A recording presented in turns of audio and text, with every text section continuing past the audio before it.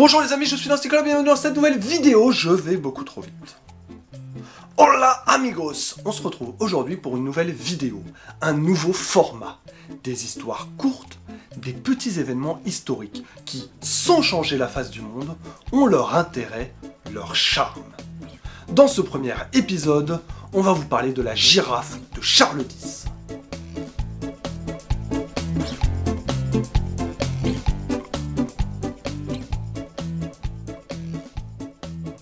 En 1824, Charles X accède au trône de France.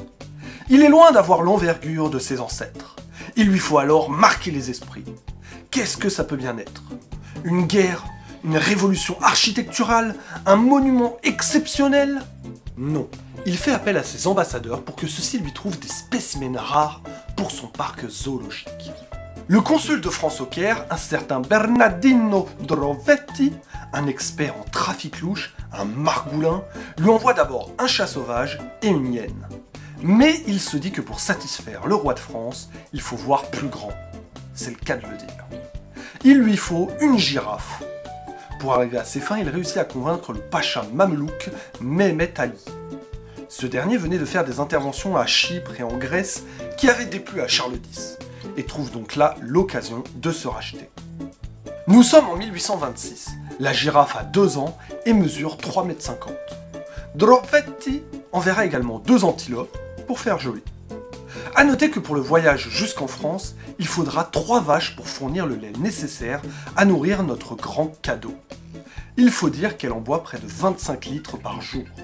32 jours plus tard, notre girafe arrive à Marseille, sous le chant des cigales, mais pas encore des Alléluia. Le préfet se charge de l'affaire, mais il ne sait pas comment la transporter jusqu'à Paris.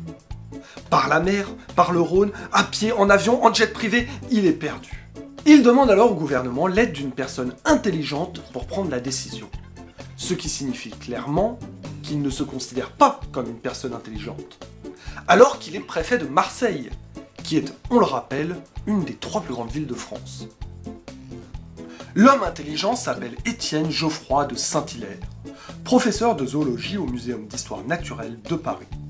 Il décide que le mieux, c'est que la girafe fasse le trajet à pied. 880 km. On n'est pas arrivé. 41 jours de voyage, 22 villes à traverser.